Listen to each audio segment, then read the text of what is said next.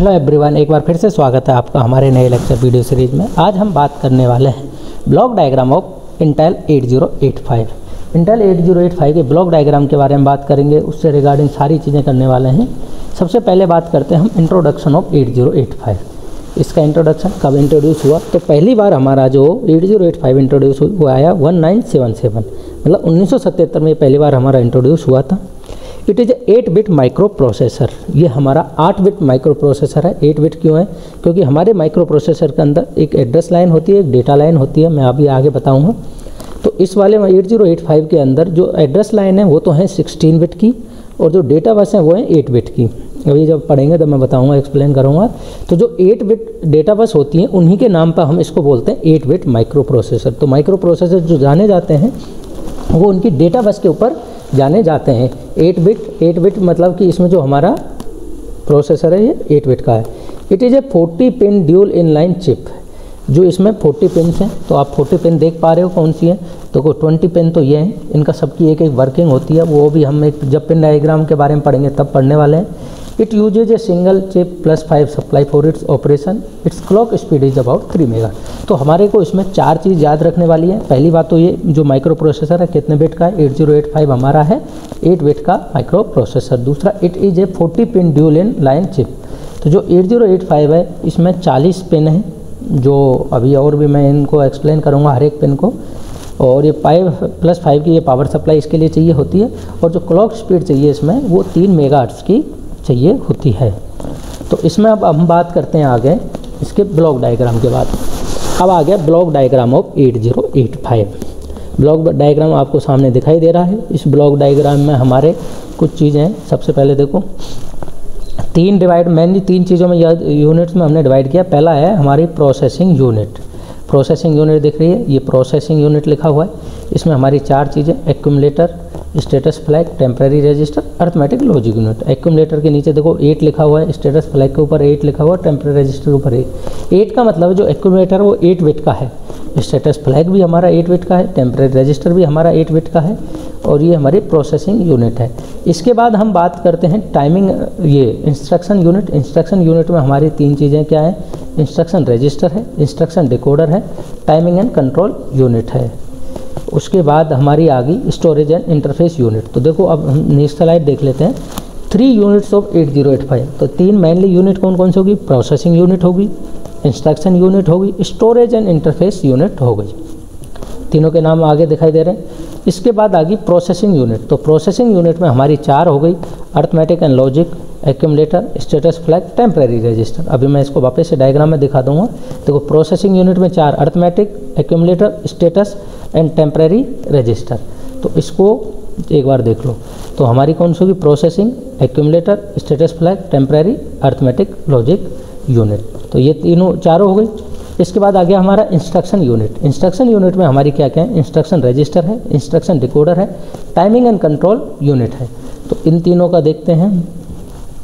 कहाँ आ गया हमारा इंस्ट्रक्शन यूनिट? इंस्ट्रक्शन यूनिट में इंस्ट्रक्शन रजिस्टर है, इंस्ट्रक्शन डिकोडर है, टाइमिंग एंड कंट्रोल यूनिट है। तो तीसरी आ गई हमारी स्टोरेज एंड इंटरफेस यूनिट। तो इसमें general purpose register, stack pointer, program counter, increment decrement, address latch, address. तो कुछ जनरल पर्पज हमारे इसमें 6 जनरल पर्पज रजिस्टर होते हैं, जिनका नाम है B, C, D, E, F। तो ये सारे हमारा HL इसमें आएगा। एक कौन कौन से? B, C है, D, E है और HL है। तो इसमें हम देख लेते हैं कहाँ। सबसे पहला हो गया हमारा BC, DE, HL, ये हमारे 3 जनरल पर्पज रजिस्टर हैं। उसके बाद स्टैक पॉइंट, प्रोग्राम काउंटर, दोनों स्पेशल पर्पज रजिस्टर्स हैं। Stack pointer, program counter, increment and decrement, address latch तो A8 से A15 तक, और एड्रेस और डेटा बस लैच है वो है 80 से 86 तक। इसका मतलब ये वाला जो अपर है A8 से A15 तक, ये हमेशा सिर्फ एड्रेस बस का काम करती हैं। और जो AD0 से AD7 तक, देखो इसमें D लिखा हुआ है, D4 क्या है? डेटा के लिए, A4 क्या है? एड्रेस के लिए। तो यहाँ पर सिर्फ ओनली A लिखा हुआ है, तो A4 एड्रेस लैच है। तो जिसमें सिर्फ ओनली A है तो वो एड्रेस लैच है, जो A8 से A15 तक है। जिसमें AD है तो वो एड्रेस और डेटा दोनों का काम करता है। इसका मतलब कोई ऐसी पिन होती है जो क्या कराती है? इनको कभी तो डेटा का काम यूज करने में काम आती है, कभी उसके। इन तीनों यूनिट्स के बाद 3 यूनिट और रह गई। एक क्या है? Interrupt controller. जिसमें हमारे इंटरप्ट्स हैं 5 interrupts, interrupt RST 7.5, RST 6.5, RST 5.5, INTR, INTA का बार। ये ऑलरेडी मैं इसका एक वीडियो डाल चुका हूँ और दोबारा से मैं स्लाइड के थ्रू डाल दूंगा। उसके बाद सीरियल इनपुट आउटपुट कंट्रोलर, इसमें हमारा SID हो गया, SOD हो गया। उसके बाद आगे हमारी पावर सप्लाई। ठीक है, देख लेते हैं एक बार और। स्टोरेज में हमारे स्टोरेज एंड इंटरफेस में आ गए थे general purpose, stack pointer, program counter, increment and decrement, address latch और एड्रेस और data latch.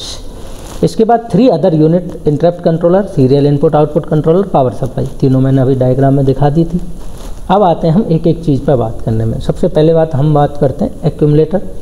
It is a main purpose of microprocessor, main register of microprocessor. तो ये जो हमारा मेन रजिस्टर है माइक्रो प्रोसेसर का, it is also called register A. इसको हम रजिस्टर ए से डिनोट भी करते हैं। It is 8 bit register, sorry. तो ये हमारा 8 बिट रजिस्टर है। तो 8 बिट का रजिस्टर का मतलब क्या है हमारा? 8 बिट रजिस्टर का मतलब है कि जिसमें हमारी 8 बिट आ सकती हैं, ऐसे 1 2 3 4 5 6, 1 2 3 4 5 6 7 और ये 8। इसका मतलब इसमें हम जो डेटा डाल सकते हैं वो 8 बिट का डाल सकते हैं। तो ये हो गया हमारा 8 बिट रजिस्टर। 8 बिट यहाँ से आ जाएगी हमारे, जैसे डेटा डालना है तो डी नोट, मतलब डी नोट से लेके D7 तक, D7 तक, D1 D2 D1 D2 D3 D4 D5 D6 D7 तक। इसमें हम डाटा डाल सकते हैं 8 बिट, जैसे 0 हो गई, किसी में 1 हो गई, फिर 0 हो गई, इनमें 1 1 हो गया, फिर 0 1 0, कुछ इस तरह से हमारा जो 8 बिट का डेटा हम इसमें डाल सकते हैं टेम्परेरी। तो हमारा जो एक्यूमुलेटर है वो हमारा क्या है? 8 बिट रजिस्टर है। और जो सारे जो भी 8 बिट के हैं उनमें सब में हम 8 बिट का, जैसे मैंने अभी एक्सप्लेन किया था यहाँ पे, ये अगर टेम्परेरी रजिस्टर भी हमारा 8 बिट का है तो इसमें हम एक्यूमुलेटर भी हमारा 8 बिट का है। तो अगर हम एक्यूमुलेटर के लिए बात करते हैं तो ये main register of microprocessor है। It also called register A. It is used in arithmetic and logic operation. ये अर्थमेटिक एंड लॉजिक ऑपरेशन में यूज किया जाता है। It always contain one of the operand on which arithmetic logic has be perform. माना कि हमें जो arithmetic logic operation होते हैं, जैसे हो गया एडिशन हो गया, और हमें 2 चीज़ का एडिशन करना है, माना कि 2 चीज़ का एडिशन करना है, ए रजिस्टर और बी रजिस्टर दोनों में एडिशन जो डेटा है उसको रखना है। तो एक्यूमुलेटर एक ऐसा होता है कि अगर 2 नंबर हैं, मुझे पता चला कि जैसे 25 और 28 हमको 2 नंबरों को ऐड करना है, तो इन दोनों में से एक ऑपरेंड कोई सा भी, या 28 25 पहले से ही किसके अंदर रहेगा? एक्यूमुलेटर के अंदर होगा। फिर इन दोनों का जब एडिशन हो जाएगा, ये डेसिमल में लिख रखा है, इनका 25 और 28 का बाइनरी ऐड होता है ना हमारा इसमें सारे में। तो ये 25 28 तो मैंने डेसिमल में लिख रखा, पर 25 बाइनरी, जैसे 1100 के फॉर्म में जो 25 है वो एडिशन होगा 28 से। तो इनके बाद एडिशन होने के बाद जो आएगा वो भी हमारा एक्यूमुलेटर में क्या हो जाएगा? स्टोर हो जाएगा। पहले वाला रिप्लेस हो जाएगा, हट जाएगा, और दूसरे वाला हमारा हो जाएगा। तो एक्यूमुलेटर के अंदर क्या है? पहली चीज़ तो जो दोनों ऑपरेंड्स हैं, जो दोनों ऑपरेंड्स हैं उनमें से, दोनों ऑपरेंड में से कोई भी एक का डेटा पहले से ही एक्यूमुलेटर में होगा। और फिर उनका जो फाइनल आउटपुट आएगा, जो ऐड होने के बाद या सब्ट्रैक्ट होने के बाद जो भी आएगा हमारा, वो डेटा फिर अब किस में स्टोर हो जाएगा? एक्यूमुलेटर में। तो ये लिख रखा है ना, after the arithmetic and logic operation the content of accumulator are replaced by the result. तो पहली बात तो हमारे में एक किसी भी ऑपरेंड का, वन ऑफ द ऑपरेंड का किसी का भी डेटा इसके अंदर रहेगा। दूसरा हमारा ये जब इसको फाइनली हम एक्यूमुलेटर में डेटा को ऐड कर लेते हैं, कोई भी जो हमारा ऑपरेशन हो रहा है एलयू का ऑपरेशन, वो ऑपरेशन होने के बाद जो डेटा आएगा वो वापस से स्टोर किसके अंदर हो जाएगा?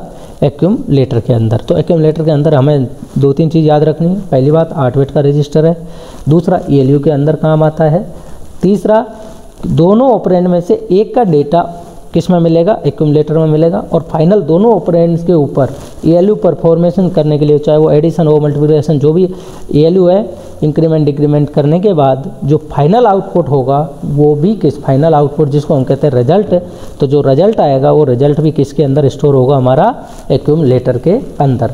तो ALU का जो रिजल्ट है हमारा हमेशा किसके अंदर मिलेगा, एक्यूमुलेटर के अंदर मिलेगा।